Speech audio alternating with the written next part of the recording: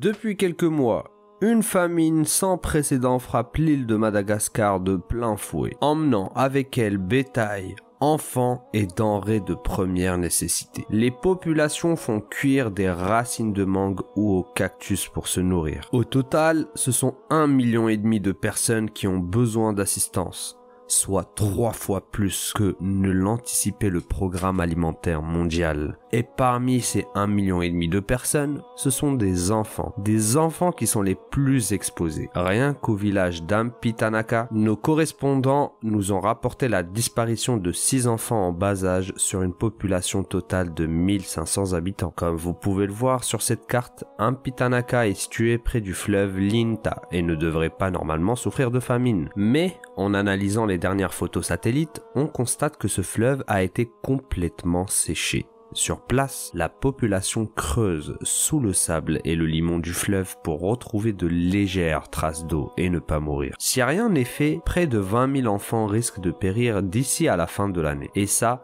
c'est sans compter le bétail, les animaux et les adultes qui partent déjà. Chez Kebchi, on connaît bien le pays, puisque chaque année, nous y sacrifions plusieurs milliers de bêtes pour les fêtes de l'Aïd. Et c'est notre réseau d'acteurs locaux qui nous a contactés pour nous demander de faire quelque chose pour sauver ces enfants. Ainsi, en collaboration très étroite avec eux, nous avons décidé de mettre en œuvre un programme efficace et rapide pour secourir les populations locales au plus vite et leur apporter les aides de première nécessité en se basant sur 2 programmes. Le premier, pour pallier la soif et au manque d'eau, consiste à construire en urgence 100 puits à 700 €. Le puits où vous pouvez payer votre propre puits seul ou participer au financement avec des autres croyants. Imaginez-vous que le jour dernier, vous arrivez et que vous partagez une grande récompense, le jour qui durera plus de 1000 ans et qui asséchera les gorges des humains dénudés en attente de leur jugement. Imaginez-vous que ce jour vous soyez abreuvé d'une eau fraîche et abondante. Tout ceci car vous avez donné à boire à des assoiffés. Le second est composé de denrées de première nécessité, à savoir huile et riz. Un sac de riz contre la faim avec 35 €, nous pouvons acheter sur place 50 kg de riz et 2 litres d'huile pouvant nourrir 10 personnes pendant plusieurs semaines. Pour y arriver, nous avons besoin de vous, de votre aide, de votre soutien et de vos partages.